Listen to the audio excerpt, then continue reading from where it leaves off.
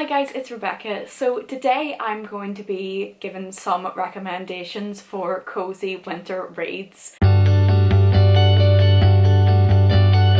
I just thought maybe it would be a good idea to give some recommendations for books that whenever I think of them I imagine sitting down, getting really cozy. That imagination of like sitting down by like a fire and reading with like a blanket, like that kind of feeling. So I've chosen all of these books for different reasons, but I'll explain each one as I go along. So the first one that I thought I could recommend for this is Wild by Amy Jeffs. This book is essentially a few short stories and they're all focused on different parts of the wild in early medieval Britain. So it's specifically inspired by stories from medieval Britain as well, and Amy Jeffs has reimagined them. And each short story is introduced with a small explanation as to why she wrote it and a bit of history, and I really enjoyed those bits of the book. It was really interesting to read something completely different. That kind of era as well I find quite cozy, and it's really easy to read. It's very short. I mean, in this edition the font is quite big as well, so it's one of those books where you could just sit down and read basically in one sitting because it is so small, but it's also so interesting. Definitely the perfect book to get all cozy and just read in one go. So the next book that I would definitely recommend as a cozy read is The Secret History by Donna Tartt. If you don't know, I literally recommend this book at every single turn, and I am due to do a reread of it, even though I did only read it for the first time a couple of months ago. I absolutely love this book. I think about it all the time. I love Donna Tartt's writing style. Everything about this is definitely cozy.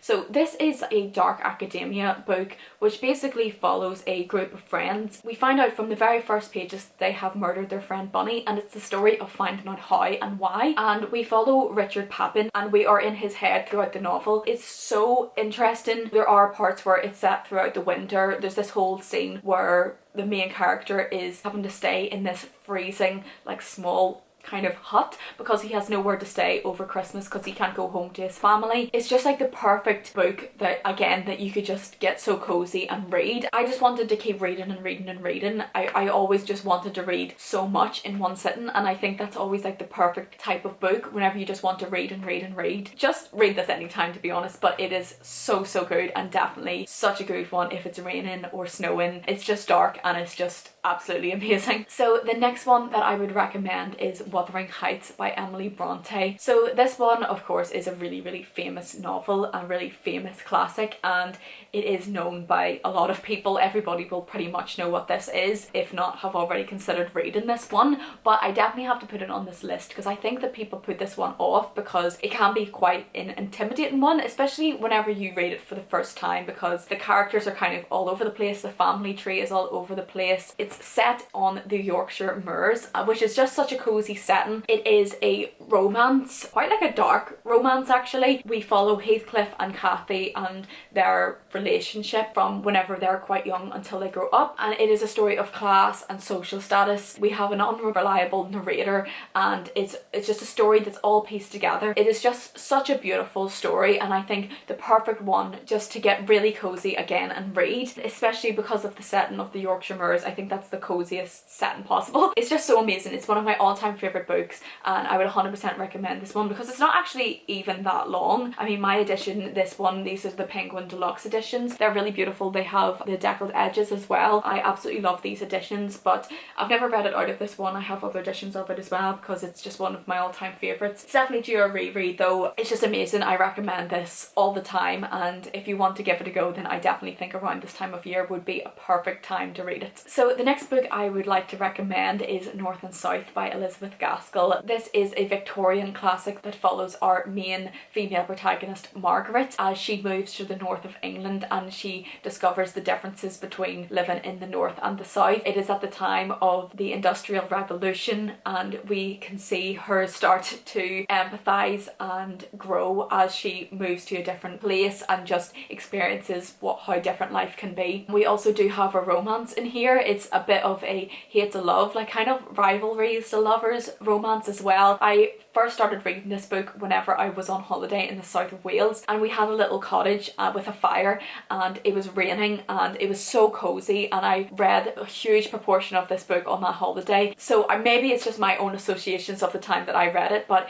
it is the perfect cozy read. It is definitely a character driven novel, so it's not exactly fast paced, I wouldn't say, but it just managed to keep me interested the whole entire time. It's definitely an easier one to read than Wuthering Heights, so maybe if you're newer to classics, wanting to get into classics, I would highly recommend this one. It has the tropes that we love now and that we are trying to read more of now. This is one of those original novels that has like just one of the most amazing romances I have ever read in all of my life. Elizabeth Gaskell's prose are just absolutely beautiful, but still simple in a way, and she's one of those storytellers that just tells the story as it is, and it's absolutely amazing. I would highly recommend this one if you're able to get around to it. So the next one that I would like to recommend is Bleak House by Charles Dickens. This one we do follow quite a few characters. It is set in foggy Victorian London. On the very first page there is a section, and I just think that this perfectly describes why I feel like this novel is a cozy read. So it says, fog everywhere, fog up the river where it flows among green aits and meadows, fog down the river where it rolls defiled among the tears of shipping and the waterside pollutions of a great and dirty city, fog on the Essex marshes, fog on the Kentish heights,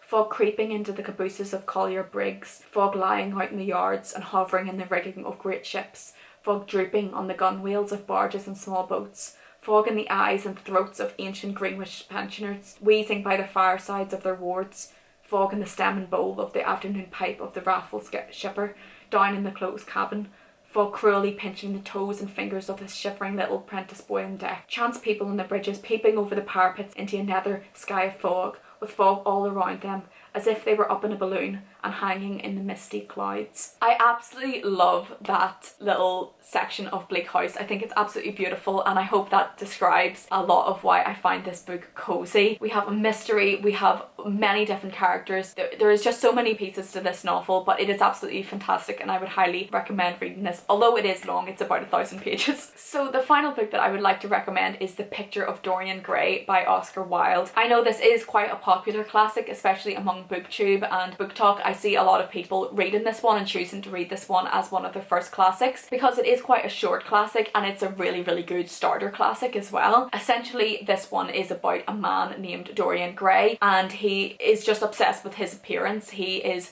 very materialistic, and essentially we start to notice that his sins actually show physically on a portrait of him. So it's a story of that. That's the main premise. It is very character driven. In a way you would think that it was going to be plot driven, but it's actually not. It's a very character driven novel, and it does discuss about class, materialism. There is many discussions throughout that book, many themes, and it's really interesting, and I would just highly recommend it. It is a perfect starting classic, and the characters are so amazing, so well developed. It's a really amazing novel. You can definitely read it in one sitting, a couple of sittings, because it is so small. It does have a lot of dark themes, especially with, like I said, Dorian Gray's sins reflecting on the painting and that story. It is quite a dark story, and just the perfect one for the colder weather, and is definitely one that I would recommend getting around to reading if you have the chance. So that's all for this video. I hope that you enjoyed. Please let me know if you've read any of these books, or if you're planning to read any of these books around winter time, or if you're planning on reading these at all, if these are on your TBR for the future anytime. I would love to know your thoughts. Let me know as well if you have any cozy recommendations, because